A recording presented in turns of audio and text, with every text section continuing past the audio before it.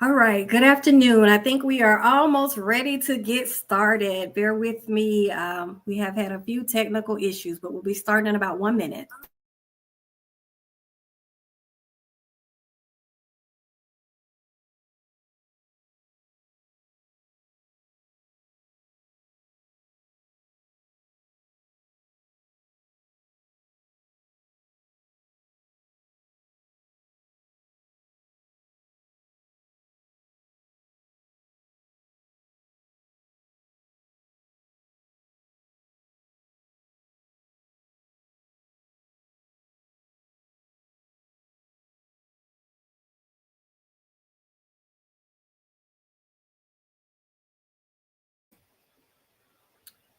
All right, good afternoon to my resetters.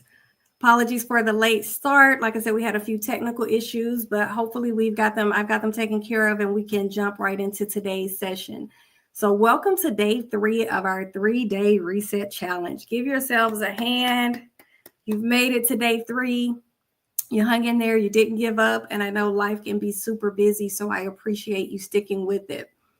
And so at this point, we've kind of done some work the first 2 days. We started off by really doing what I call a reset. We just hit the reset button. We said, hey, I need to do a life audit, which was really all about analyzing or reviewing how you feel, what is your satisfaction level with all the different areas of your life, and really identifying why you are, where you feel most stuck, and why you feel most stuck.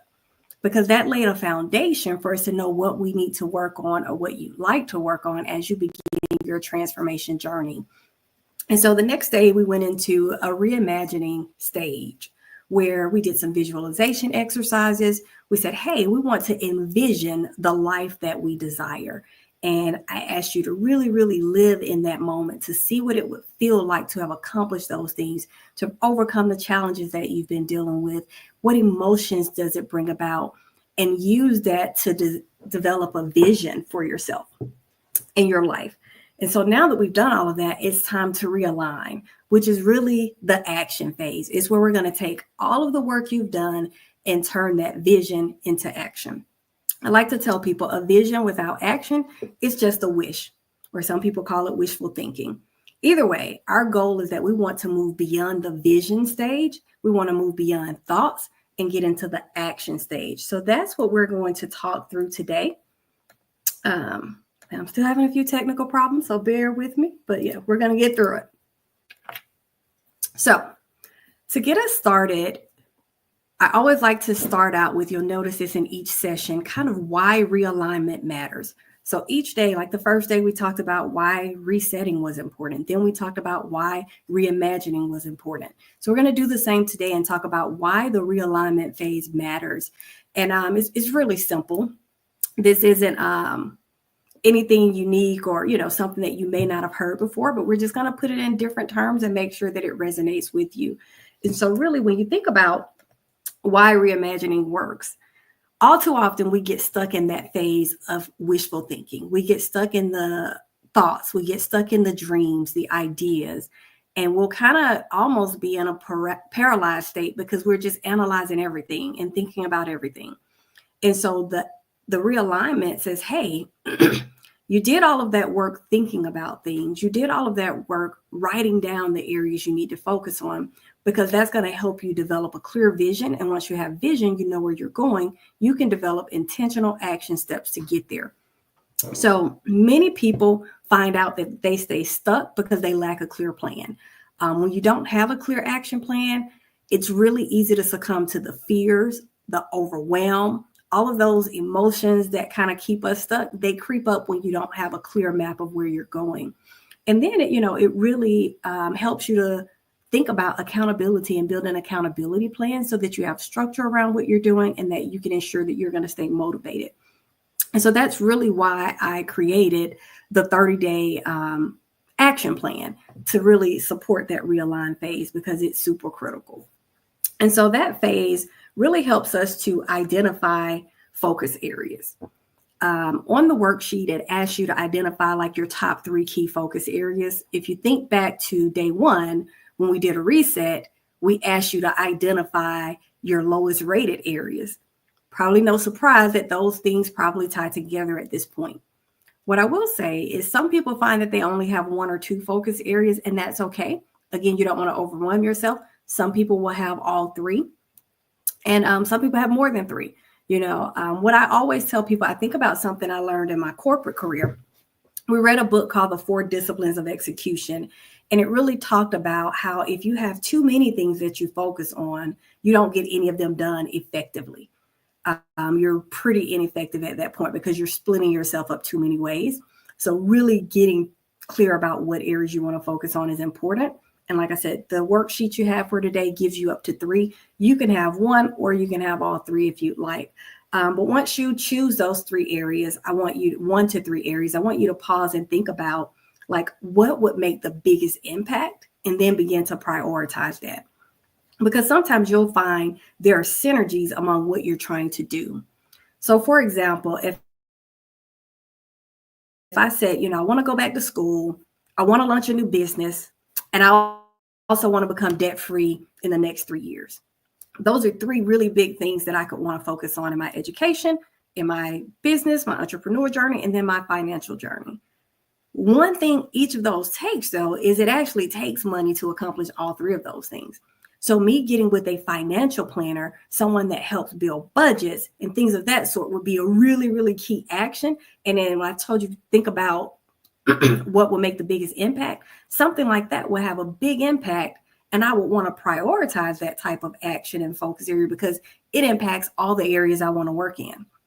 So sometimes it won't be as simple as pulling one action out that can hit all of your areas, but sometimes it is. And it's really important that you prioritize areas that are going to have the greatest impact because you want to make sure that you're spending your time wisely and that you're, giving that effort where it's going to be most valued. The other thing I'll tell you is as you think about what you want to change the most, instead of overwhelming yourself with everything, really start to narrow it down. And like I said, if that leaves you with 3 areas, great. If it leaves you with only 1 area, be okay with that as well. Because like I said, you won't always be able to accomplish everything. As they say, we're not trying to boil the ocean, but we are trying to have impact in our daily lives. And so once you have those focus areas identified, it's going to help you plan more effectively and it's going to make your execution more impactful. And so from there, we move on to kind of setting goals around those areas. And so SMART goals are not anything new. We've kind of all heard it. It's probably been a part of things you've done at school, work. In almost every area of my life, I've heard SMART goals. But it's really about creating those specific, measurable goals that are going to ensure that the vision you created on yesterday becomes actionable and achievable so that it's truly attainable for you. And so when you think about that, an example could be something as simple as, you could want a new job, but just saying I want a new job really isn't a SMART goal. It doesn't give you anything to really measure. It doesn't tell me when I want to have that new job by. But if I, thought about it along the way of, if I know I want to have that new job by the end of next year, I might say, by the end of this year, rather, I might say my goal is to apply for 5 jobs per week and make 3 new LinkedIn connections in the field I want to go into. And that's a lot of work. 5 is not a small number when it comes to applying for jobs, but something like that could be your daily. You got your goal and your actions that are going to lead you there as well. And so what I often tell people is we did a lot of work the first 2 days. On yesterday, we did some work around your vision, which should tie back to your values. We talked about your core values. Sometimes we make the mistake of focusing on our values and setting goals based on our values and not necessarily setting actionable goals that we can go out there and achieve. And so what I like to tell people is when you have goals that focus or align with your values, that's just simply telling you that you're going to take actions each day that align with your core values and beliefs.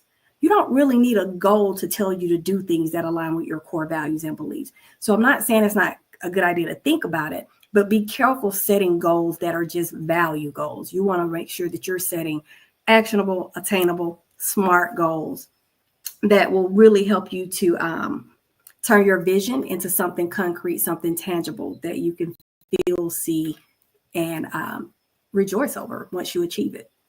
And so one of the other things you'll find is that on the worksheet we have for today, the 30-day action plan, it not only gives you your focus areas, tells you to set goals, it also tells you that you should break it down into weekly action items that you can do each week.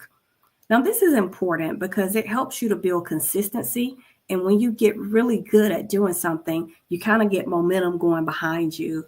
I often tell people when I'm watching sports, momentum is really serious. Like a team can be doing really, really good, and then something breaks that momentum and it shifts the other way for the other team. And all of a sudden, the other team is making this major comeback because of the momentum shifts and swings. Not saying that it doesn't take talent, planning, and effort too, but momentum, it really, really has an impact on how you show up every day, how you do the things you do, and your ability to deliver. So as you think about it, think about how you can break down your goals into small, actionable steps that you can take each day. And one of the things I tell people, sometimes we get caught up in my goal doesn't seem big enough or the action I'm taking doesn't seem impactful enough. Small steps lead to big outcomes.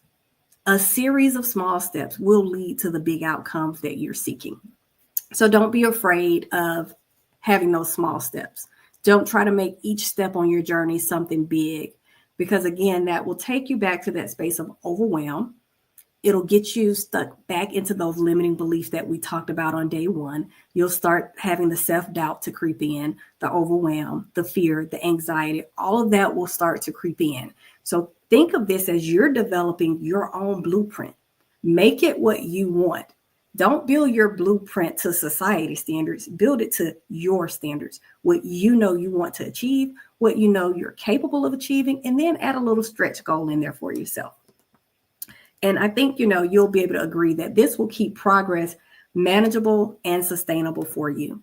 So I know we have a slight delay with me being able to see comments and all of those things, but I'd love for those of you who are listening or out there watching to share some of the things that you're planning to focus on in the next day, week, or month as a result of the activities you've been doing this week. And so I'll pause for a minute. I know it'll be like a weird, awkward silence, but that's just to see if I can see those comments coming in so that I can respond and not miss anybody's comment.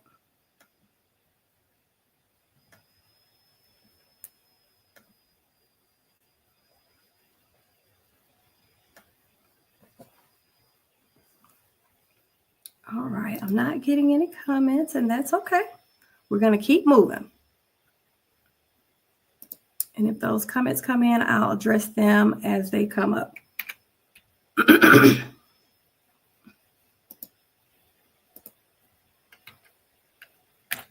So the next thing after you begin to break everything down into those small actionable steps is for you to begin to anticipate challenges and build solutions for those challenges that you're anticipating.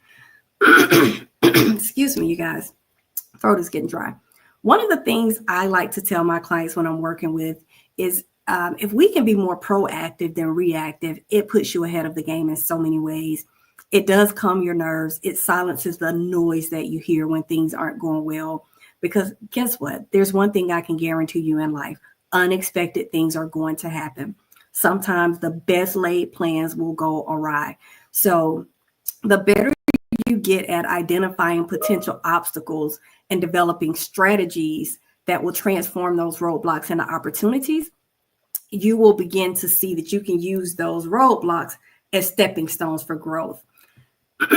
And I see a comment came in. She said for her, one of our listeners said, for me, it was streamlining my business plans.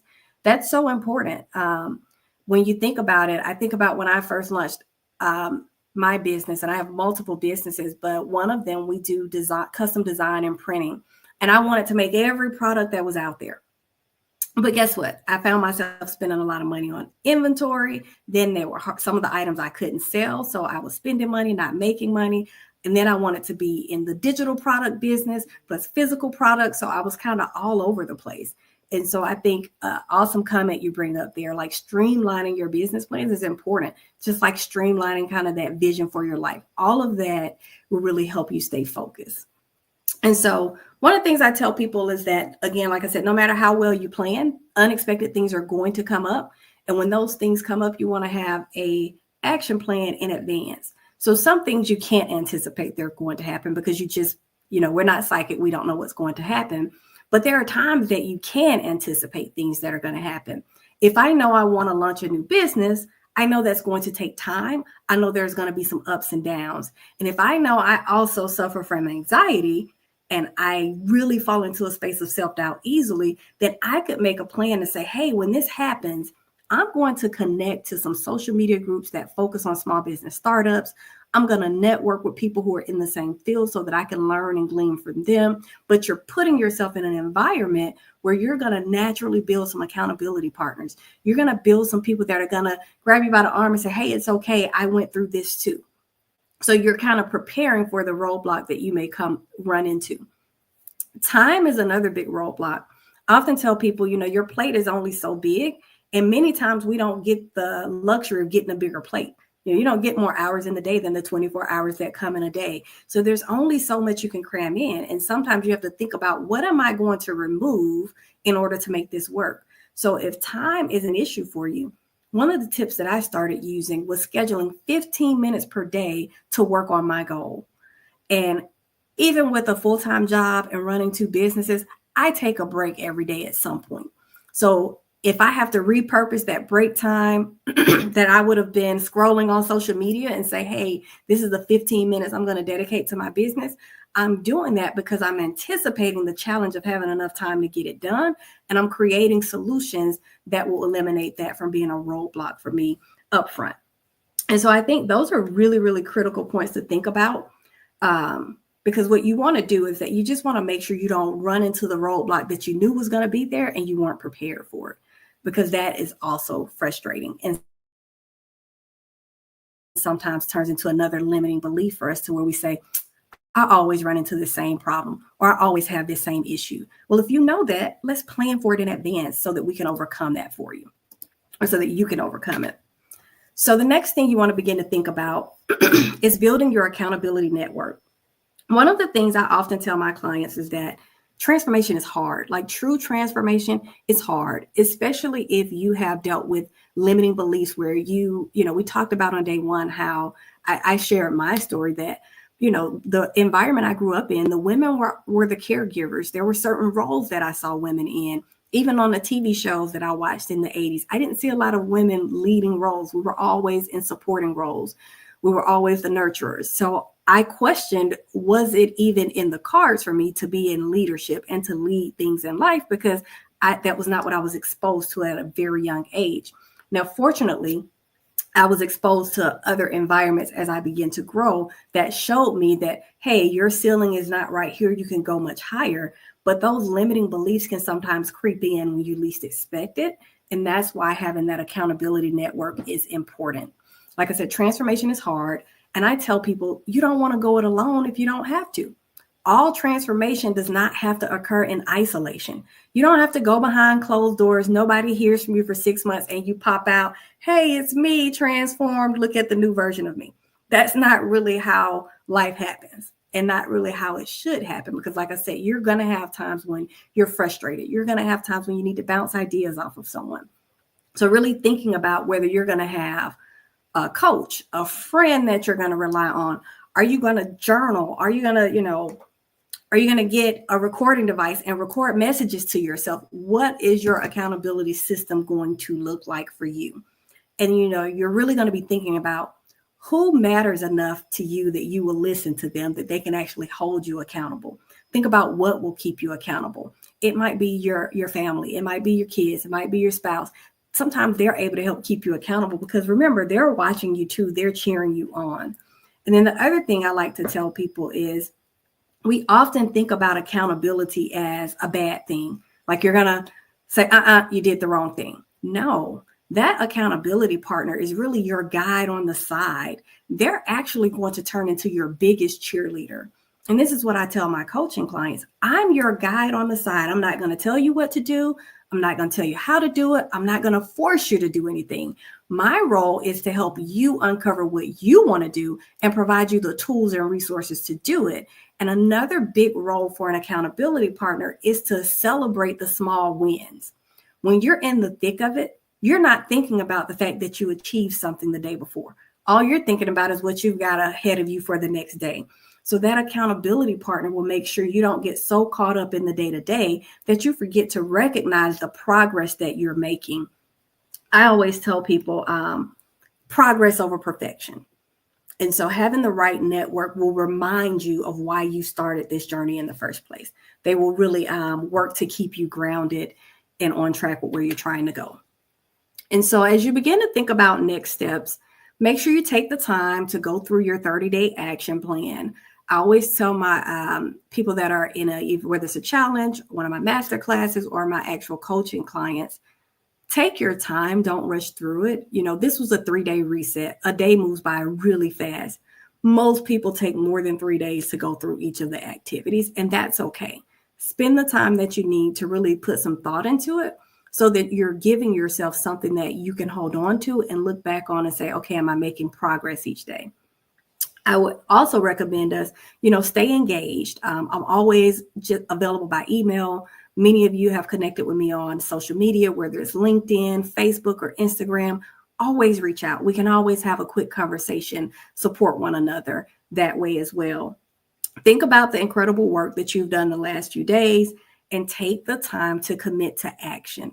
Because if you spent the last 3 days going through the exercises, watching the videos, and you just take it and put it in a folder and lay it down, you just effectively wasted your time for 3 days. And I don't believe any of us desire to waste our time, and time is just too precious for that.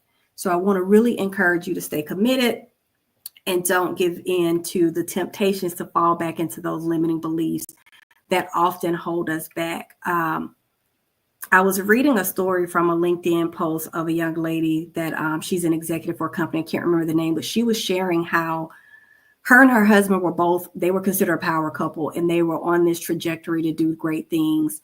And at some point, as they started having a family, there were some things changing in the corporate world for them. And her husband was potentially facing a layoff. And he said, what if I stay home and be the caregiver of our kids and you become the sole breadwinner? She was fearful of taking that step, not because it wouldn't be the best thing for her family. She was worried about what would people say? How will people view us? Will we still have the status and title that we once had? And as the woman, am I supposed to truly be the breadwinner? And as the husband, is he supposed to be the homemaker? Those are all limiting beliefs. Life is what you make it. You have to do what's best for you and your situation. And you can absolutely shatter all those glass ceilings. You can absolutely break down all of those barriers, because she talks about now how they're living their best life. And that was one of the best decisions they could make for their family. So I often tell people that once you identify those limiting beliefs and you begin to tear them down, you're going to begin to naturally transform in ways that you didn't imagine. So kind of the last thing I'd like to end with before we close out today, just as a note, for those of you who've accessed your content on the Paper Bell site, you'll still continue to have access to all of that content for the next 30 days. You can download anything you want. There's nothing that prohibits you from doing that, so that you'll have access to it even longer than that. And like I said, we can always stay connected through our social media accounts, or you can email me at any time as well. You can even look at my business number, text message me, whatever it is. I love to stay connected with people, especially when we're talking about transforming lives. I also want to make sure that I don't leave without giving you the opportunity to connect with me on a deeper level. If the information that's been provided over the last 3 days was a solid foundation for you, and you are saying, hey, I want to go to the next level, I do offer full coaching programs, 30-day, 60-day, 90-day programs where we take these foundational steps and we dig in deep and build a full action plan for you over that time. If that's something you think you might be interested in, I encourage you to use the QR code on the screen. It will allow you to set up what I call a free empowerment strategy session. That's just 30 minutes where we get to spend some one-on-one time having a conversation and determining, would I be a good fit for you, and would you be a good fit for me? Because one thing I tell people is, it does not turn into a good fit for everybody. And there are tons of coaching programs that you can join and find the right one for you. But if you want to see if this one would be a great one for you to join, I definitely encourage you to scan the QR code, set up that extra time. If not, that is okay. Like I said, we'll still be able to connect on social media. Many of you that connected, I've started following your pages, really love the work that you're doing, and we'll see how I can definitely support you all as well, because we're all on journeys together. But I do want to thank you for your time today. Thank you for your time over the last 2 days and going into today, day 3. I'll send out a few more emails. You'll see a few more posts out there on LinkedIn and Facebook as well to stay connected.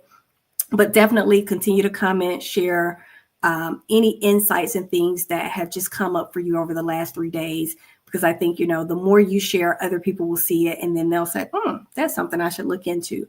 So you can share your transformation journey as well. Again, I thank you all for joining. Thank you for your patience. Like I said, I know we had some technical difficulties up front, and I'm still having some problems. I got different screens going and things popping up, but that's life, right? That's exactly why we do these types of things, to make sure that when those things happen, you can stay grounded, stay focused, and still accomplish your dreams and your goals so that you can lead a life of fulfillment and freedom. So until next time, have a great day.